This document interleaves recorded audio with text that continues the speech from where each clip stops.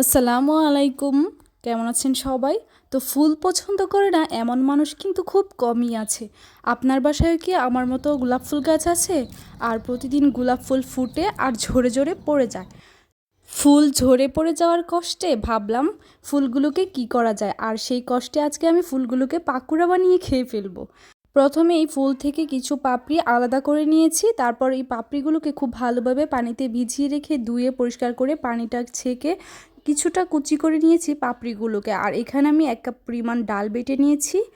ফুলের পাপড়ির সাথে 1 কাপ পরিমাণ মসুর ডাল বাটা দিয়েছি, তারপর দিয়ে দিব 1 চা চামচ পরিমাণ রসুন বাটা। আর এখানে নিয়েছি হাফ কাপ পরিমাণ পেঁয়াজ কুচি, 2টার মতো কাঁচামরিচ কুচি করা, আর দিয়েছি একটু ধনে পাতা। আর এখন অ্যাড করছি আলু। এটা আমি আলু খুব পাতলা করে চিকন করে গ্রেট করে কেটে নিয়েছি। তারপর দিয়েছি 1 চা চামচ পরিমাণ লবণ, 1 চা চামচ পরিমাণ হলুদ, ধনিয়া, জিরা সব কিছু 1 চা চামচ পরিমাণ করে দিয়ে খুব ভালোভাবে হাত দিয়ে মাখিয়ে মিশিয়ে নিব। সব কিছু একসাথে মাখিয়ে নেওয়া হয়ে গেলে এখন আমি চলে যাব রান্নায়। তো চুলাতে আমি একটা পাতিল বসিয়ে এটাতে আমি তেল দিয়ে খুব ভালোভাবে তেলটাকে গরম করে এভাবে হাত দিয়ে অল্প অল্প ডাল বাটা নিয়ে খুব একটু প্রেস করলেই কিন্তু খুব সুন্দর একটা শেপ হয়ে যাবে। অল্প অল্প করে দিয়ে খুব সুন্দর করে সবগুলা পাকুড়া আমি দিয়ে দিব।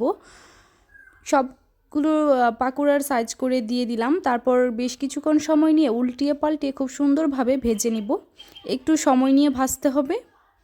আর চুলার আঁচটা কিন্তু এই পর্যায়ে মিডিয়াম টু লোতে থাকবে। দেখতেই পাচ্ছেন সময় নিয়ে উল্টিয়ে পাল্টিয়ে ভেজে নিচ্ছি। তো এই তো একটা সময় যখন খুব সুন্দর একটা কালার চলে আসবে উপরে ব্রাউন কালার, তখন এগুলোকে নামিয়ে নিব। তো একইভাবে আবারও দিয়ে দিলাম কিছু পাকুড়া, আর এভাবে সব কিছু আমি একসাথে অনেকগুলা করে ভেজে নিয়েছি। তো পাকোড়াগুলোকে ভাজা হয়ে গেলে এখন আমি একটা প্লেটে রাখছি। আর দেখতেই পাচ্ছেন এগুলা কতটা সুন্দর আর ক্রিস্পি হয়েছে। এই পাকোড়াগুলো কিন্তু অনেক বেশি মচমচে হয়েছে, আর দেখতেও কিন্তু অনেক বেশি সুন্দর লাগছে। অনেক ইউনিক আইটেম, আপনারা চাইলেও বানিয়ে নিতে পারেন।